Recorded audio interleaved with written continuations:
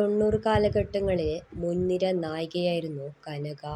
മോഹൻലാൽ, മമ്മൂട്ടി, ജയറാം തുടങ്ങി അക്കാലത്തെ മിക്ക താരങ്ങളുടെ നായികയായി മാറുവാൻ കനകയ്ക്ക് സാധിച്ചിട്ടുണ്ട്.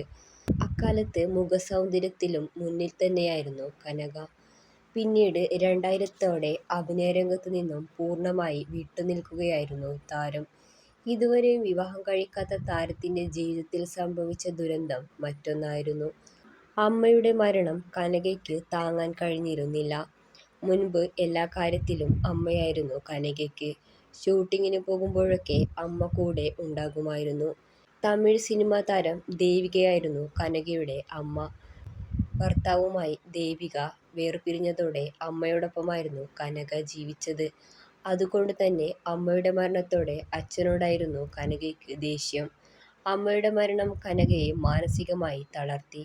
ഇപ്പോൾ ഒരു മുറിയിൽ പ്രേതത്തെപ്പോലെ ഒറ്റയ്ക്കാണ് കനക ജീവിക്കുന്നതെന്ന് റിപ്പോർട്ടുകൾ പറയുന്നു. പുറംലോകവുമായി യാതൊരു ബന്ധവും ഇപ്പോൾ താരത്തിന് ഇല്ല.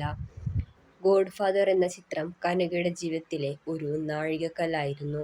വിയറ്റ്നാം കോളനി, പിൻഗാമി, ഗോളാന്തര വാർത്ത, മന്ത്രി കൊച്ചമ്മ തുടങ്ങി ഒരുപാട് ഹിറ്റ് ചിത്രങ്ങളായിരുന്നു കനക മലയാളികൾക്ക് സമ്മാനിച്ചത്.